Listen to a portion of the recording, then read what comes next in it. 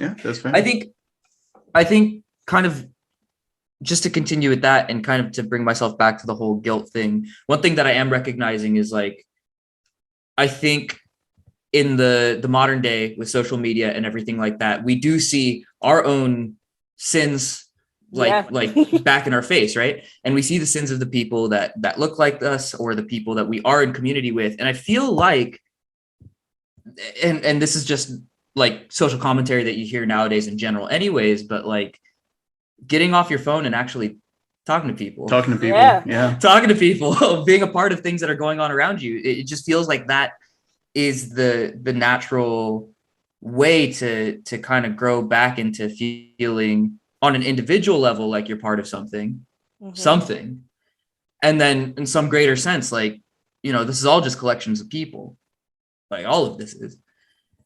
And so we do get a chance to. I'm sorry, go ahead. No, go ahead. I was just gonna say we do have a chance to make an impact in that way if we're willing to you know, to take the steps forward, take the step forward and get away from all of that. Just because, you know, especially from like a psychological perspective, everything that's been built using technology is kind of there to keep you there, right? And so I know we talk about like getting past the guilt, and we talk about making these steps, but it's like, how do you really build it up? It's not just courage, right? It's real want, it's real desire, it's real the decision. Need to make the decision and to really move forward in building impact. And so I guess my whole thing is kind of more centered around like, how do you get people to get up and want to put that in their lives?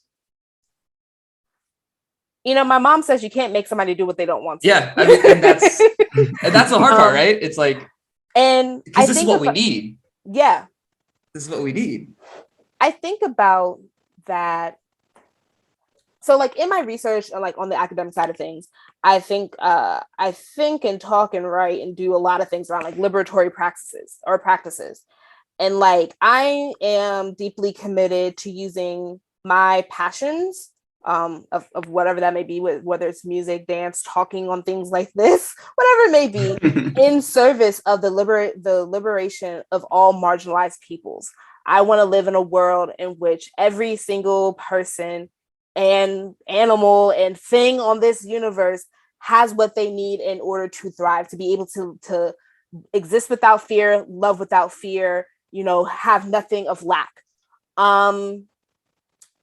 And so I think about some of our great like social justice movements of the past, or social movements of the past, where you realize that not everybody was on board. Yeah. Like if we think about the civil rights movement, hella people not on board.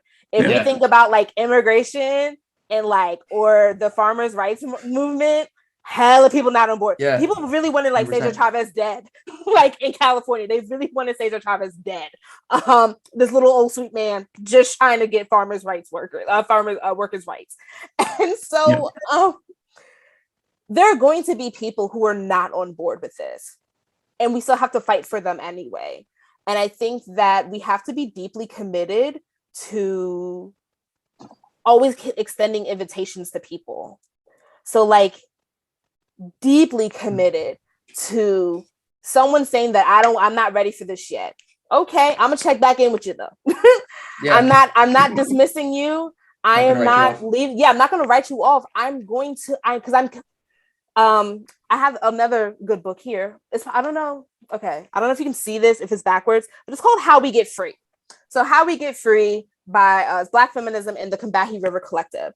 And in this little short novel, which I highly recommend to people, it talks about like the way that we get free is by understanding that we are all connected.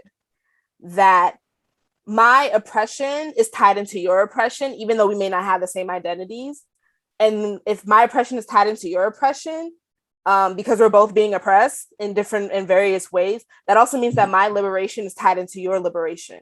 So the way that we get free is understanding that we have to do this together. And realizing that it's not a competition. It is not a competition. It's a big thing. If we could burn down the oppression Olympics, we should. because none of this is a competition. Yeah. So I think an interesting thing, again, because, you talk to people who are like minorities who talk about systems of oppression, and you talk to people who are in the majority and you talk about systems of oppression, the perception of what that system is going to be very different, right? I think what I'm trying to get to is, I think that there are like universal human experiences that we all kind of share, right? Where I can recognize that as a person, these are the things that I would like to experience in my life. And that, again, like the guilt that I face is also some level of self-oppression that I put on myself, right? And the liberation that I have with myself, I guess, should be used to help connect to other people who are facing more substantial systems of oppression, right? In helping to create that system, I don't want to say system, but a new connection, right? But saying the word system is not bad. That's how we're able to do things, like through process and through order. But it's also there's a negative. One of the issues that kind of comes into it is like, so one of the things that I realize when we talk about like minorities in the moment is like, if you are if you're really aware of what's going on, you end up having very specific terminology to help identify the different issues that are going on. But part of what I think an issue is that same process of identifying and using that terminology can actually be used to like eliminate the actual connection to the experience. Oh yeah, right? Like labels itself can be weaponized in either direction. Yeah, and so I'm worried about using the word system because I'm afraid that like when you try and standardize so much, I mean, you look at the government as it is right now, and the standardization that kind of happens across legislation, and them trying to make things kind of like a one size fits all kind of approach. One size fits all sort of approach. Like it just starts getting back to the whole idea that like, the idea of a system in a general sense, it requires some flexibility. Definitely. And so I don't know if a system on its own is really what we should be like, trying to create, even if it's like a better system. I don't know where I'm trying to go with this, but it's just personal apprehension to the word system, I guess. You were trying to solve the ills of our world in the podcast. Yeah. I think we're all trying to do that, right? Right. And I absolutely agree with you, Jason. I think that, language is both limited and limiting, and sometimes we can only do with the words that we have, and we can also still be dreaming up new words. New words are added to the dictionary all the time. That's true. That is true. I think what we are trying to get at is that we need a new way of living and being, both as an individual and as a collective. Yeah.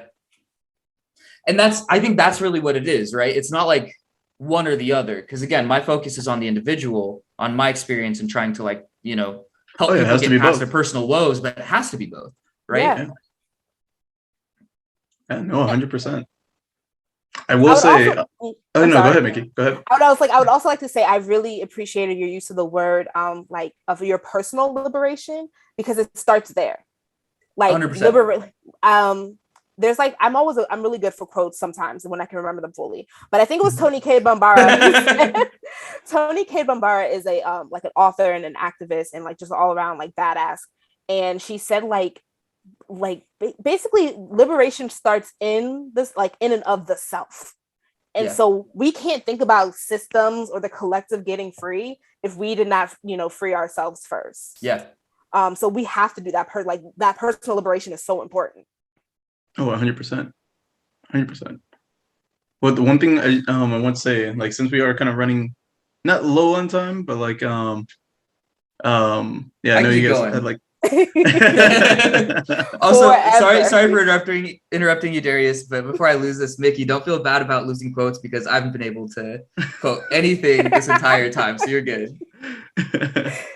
No, but I think I do like this episode, and honestly, a lot of the topics we kind of covered, I do want to do like separate episodes for. So we might have to continue this because, like, I know with the definition of whiteness and colorism, I talked to that one about a friend recently, and this was after she viewed the biracial episode.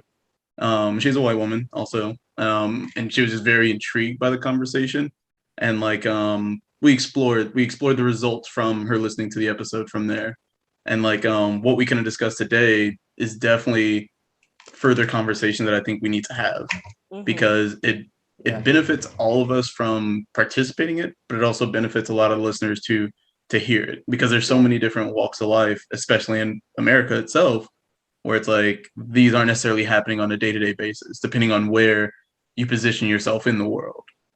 You know, so I do love this, and like I don't want to cut it short, but I mean, it's been fun. It's been fun. Yeah, I this think has been great. one thing that I do end up being personally passionate about are not just implicit bias, but like biases in general that we end up having. One that comes up often is survivorship bias. And I kind of am interested in exploring that a bit more personally when it comes to ideas of privilege, where you talk about people who have made it and they're like, oh well, I made it because I am such and such and such, without being able to attribute any of that to luck. Well, maybe Or the that in system itself itself can that be maybe that in itself could be an episode because I never thought about that as well. Because I That is definitely really important.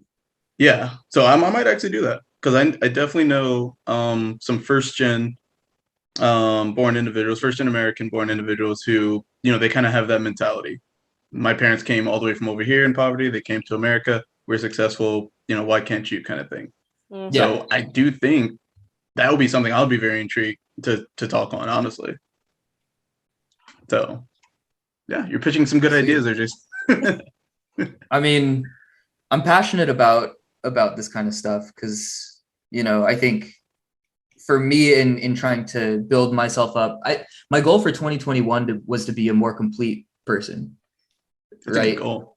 Yeah, I mean, maybe not become a complete person, but just become more complete. And I think in this process, I've really had to recognize a lot of the things I placed on myself that weighed myself down. And in order to do that, I had to recognize, like, not just, I've always kind of recognized my privilege just because of kind of where I grew up. But I think when it comes to a lot of the biases that I hold in needing to justify who I am and justify me being right in some way, and recognizing that, like, that just doesn't really mean anything. Yeah, that's fair. Well, okay, so since you mentioned that, maybe this would be like the closing question for both of you. Okay. So if that was your New Year's resolution for 2021, what is both of your New Year's resolutions going into 2022? Since this kind of like the end of the year, end of the season, it all kind of like a wrap up approach. I think mine is in the same realm of Jason's 2021, is coming back home to me. I think that I have been, this pandemic, as well as in my career in the past 5 years, I have moved around so much. And I have thought about what does home mean, and home as both a place, home as in people, and home as in my who I am, like me as a person. So thinking about what does it mean to return back home to me, and what does that look like? I like that. I really like that. I like the wording on it too. So that's a little poetic in itself. Yeah, really. What about you, Jason? I mean, I don't want to say I struggle with the word home, but I kind of struggle with the word home. So I can't really go along the same lines. I do think one of the things that I'd really like to do for this next year is realize the things that affect me, in the sense that things that are created to affect me. So I think, like, superhero movies, for example. there's a superhero that has certain amount of powers that's able to overcome their obstacles. How does that impact me into feeling powerful? Right. Mhm, And mhm. so Okay. marketing, those sorts of things, I'm trying to become a bit more aware of the things that are created to change my perception of the environment in subconscious ways. Yeah. And through that, choose whether or not I subscribe to it. Because I think that getting rid of all of it is, one, impossible, but two, like, sometimes you just got to sit down and watch a fucking movie, right? I don't watch too many of them, but I do watch superhero movies, right? And so, like, just recognizing that personally, sometimes I get affected by them in ways that, like, those become some of the ways that I view the world, right? Mhm. There are things that are written for me that I don't need to think about that change my perception of right and wrong, right? Mhm. And so really doing that kind of deep dive to recognize, like, who am I truly and how do I really view these things, but also appreciate these things. Yeah. I think the appreciation is really where I'm trying to grow. I'm not like that great at it yet, but That's growth. so then it Growth does is an just, ongoing process. yeah. So it's not just like, hey, a recognition, but like the completeness really comes from, I think, the appreciation when it does align, you know? Mhm. Okay. I like that. To our viewers and listeners, what are your thoughts on prejudice, implicit bias, and stereotypes? Make sure to leave your comments below, subscribe to our channel for more content, and follow us on Instagram, TikTok, and Twitter. And as always, much love and peace. Just got off the clock, just got on my chill. Called on my homie Brent to see what be the deal. What you trying to do? I'm just trying to heal. Hella floated, never bloated's what I'm trying to feel. Hop in the whip and